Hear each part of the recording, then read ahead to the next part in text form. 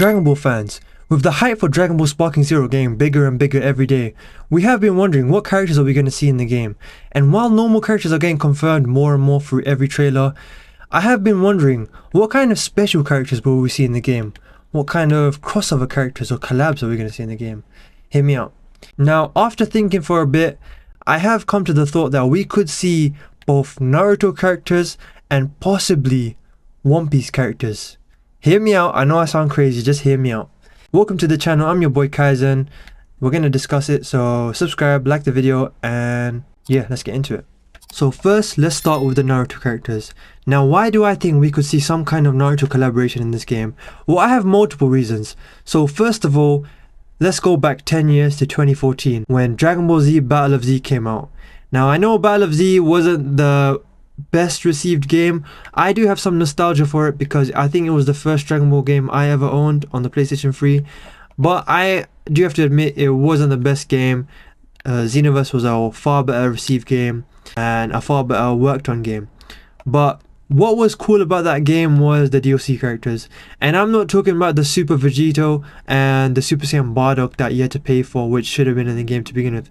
I'm talking about the free DLC you got with a free code that came with the game, which was a Sage Mode I think it was Sage Mode Naruto Goku. It was basically Goku in a Naruto outfit, and I believe it was Sage Mode, but you know, if I'm wrong, sorry Naruto fans, I'm still on Naruto Shippuden, I haven't finished it yet. I am a lifelong Naruto hater, that's a story for another time, but I am watching it finally. Now, for those of you who weren't around at the time or just don't know, they did do a collab with Naruto. It was really cool, like it was one of the cooler aspects of that game. It wasn't Naruto himself, but it was Super Saiyan Goku in that outfit. And honestly, as far as collaboration outfits go in games, it was one of the much better ones, especially for 2014 and a PS3 game that was never on PS4. Now, of course, that in itself should be enough reason to show why we could see Naruto collabs in this game. But I think that the fact that it was in a game that they didn't work on as much as they should have, you know, if you know the details, they actually started working on Xenoverse 1 before they started working on Battle of Z. And Battle of Z came out first, and obviously people didn't like Battle of Z too much. It was like, I don't know, rushed and whatnot. It wasn't the hardest worked on game compared to their other games. So the fact that they put that in that game, and then looking at how hard they're working on Sparking Zero, it's going to be the biggest Dragon Ball game since what? Tenkaichi 3, Raging Blast 2, I don't know, it's going to be one of the biggest ones in a long time, that's for sure. And also they've made it very clear that they're putting extra effort into this game with 5+ years of development. It will have been 6 by the time it comes out. That makes me really confident that they want to push this game as much as possible, not just with promotion like they've done so far with huge promotion in a short amount of time and a huge amount of hype, but just wanting to make this game as huge as possible and making fans as happy as possible. Because a large part of this game is just them listening to the fans, not just with development, like they've made it clear that they're listening to fans, but also that the existence of this game is because they finally listen to the fans. But now to add to that, even further reason why I think we could see Naruto collabs in this game, like a costume, or I don't know about character because maybe the characters are too underpowered, but a costume and whatnot. Another reason is the fact that, you know how they're both by Bandai Namco, as in the games? Look back at Naruto Storm 3.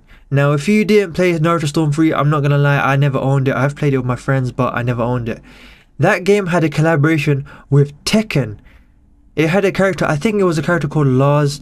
I'm not sure if that was the character. I'll put it up on screen now, so Tekken fans, Naruto fans, don't be mad at me, please. I'm doing this like off the top of the head, like I don't have any notes with me right now. But yeah, also by the way guys, I did just record this video and I forgot to hit save like literally 5 minutes ago. I'm very annoyed about that, but learning experience, you know, I'm redoing this. So yeah, they had a character called Lars from Tekken. And the fact that Tekken isn't even an anime, it's not even like a 3D fight, well, you know what I mean when I say it's not a 3D arena fighting game, you know. It's such a different franchise. I know it's like still from a Japanese background. It has anime technically like years later, but you get the idea. They're very different franchises. Tekken's originally a game, not an anime. And the game, like the franchise itself, as in the story and whatnot, Naruto to Tekken, is very different. The power scaling is different, everything. But they still added that character. So the fact that they can add a Tekken character to Naruto because of the Bandai Namco connections, I'm very confident that we can have some kind of Naruto collab with Dragon Ball Sparking Zero specifically, especially with the fact that Kishimoto is such a huge fan of Akira Toriyama and Dragon Ball itself. It's his inspiration. Rip to the GOAT, by the way. I did a separate video on that. I don't want to go on about that too much in this video, but yeah, obviously we're all very saddened by that. But yeah, so that's why I think we could see some kind of Naruto collaboration, guys. And by the way, remember, this is not me spreading misinformation. I'm just having my fun theories, stuff that I thought about, and I really think we could see it, but there's no confirmation at all about this. But yeah, now let's talk about One Piece characters. Now, first of all, one thing that's different between One Piece and Dragon Ball and Naruto and Dragon Ball is the fact that the animes themselves for One Piece and Dragon Ball have collabed before. We have seen Luffy and Goku on the same screen before. Not just that, but both of them are by Toei Animation, as in the animes. And if you know about Toei, you know they're notorious for, you know, being stingy. They will copyright you for anything. They don't like sharing their materials, you know. So that means that's one less obstacle for them to deal with Toei Animation. Because Toei owns both. They'll be happy. It promotes both their works. And also the fact that, similar to Naruto and Kishimoto, Oda, the writer of One Piece, is a huge fan of Dragon Ball. It's his inspiration. Akira was like his teacher, his inspiration, so he'd probably be happy to collab with them. And also just Luffy's vibe fits with like Dragon Ball and Goku's vibe so well. I could see them doing like Luffy's outfit on Goku. I think that'd look amazing. I would love to see them incorporate more than just Luffy. Like imagine a Zoro outfit on someone. The only thing is I don't know like who that would suit. Like you could, personally think we could see pre-time skip Zoro's outfit on Vegeta. I don't know, I feel like that would work. I think Zoro was shorter back then, and I think that short sleeve outfit, the muscle fit outfit, it would work well on Vegeta.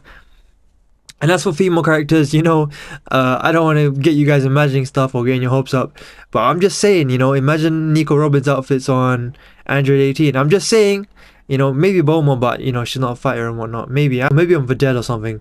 I doubt they'll do any fan service stuff, but you know, it would just be cool. And some of Nico Robin's outfits could fit in Dragon Ball as well, not just like the ones you are thinking of. But yeah guys, that was just my quick thoughts. I don't want to prolong the video too much. I'm not even trying to get it to 10 minutes. I don't know how long I've been recording for. I just recorded this twice, by the way, and both takes were completely different. I have no script, no notes. I already said this in the last video, but I still, in my first take, but I'm still gonna say it again. Guys, I'm so grateful for the growth on the channel recently. We went from 300 subscribers to 400 subscribers in exactly 1 week. For my level of, like, you know, with how big my channel is, that is insane. That was insane to me. Like, it took me so long to get to 300 subscribers, so for me to get to 400 just like that, and we're already on like 425 or something, I'm so grateful, guys. Whether you're a new subscriber or whether you've been subscribed for a little bit now, and whether even if you're not subscribed right now, and I would really appreciate if you subscribe now and join the OG club, you know. You're in the first 1k, you're in the first 500. My goal is 500 by summer, and I wasn't sure if I was going to hit that, but it's looking more and more realistic. And my other goal was 1k this year, and that's still looking like a big ask, but we're going to keep trying, you know. I'd be a coward if I say I'm not going to try my best. So yeah, I'm so grateful, guys. Thank you for all the support, the lovely messages I've got in my comments. People have been really supportive. It feels like I'm really growing an audience, and I'm so grateful for that. And even the hate comments, it just comes with it, you know. I don't care. Don't forget to check out my other videos, subscribe. I think you'll like them. They should be on the screen right now. Check them out. And thanks for watching. I hope you enjoyed, and I'll see you in the next one. Peace.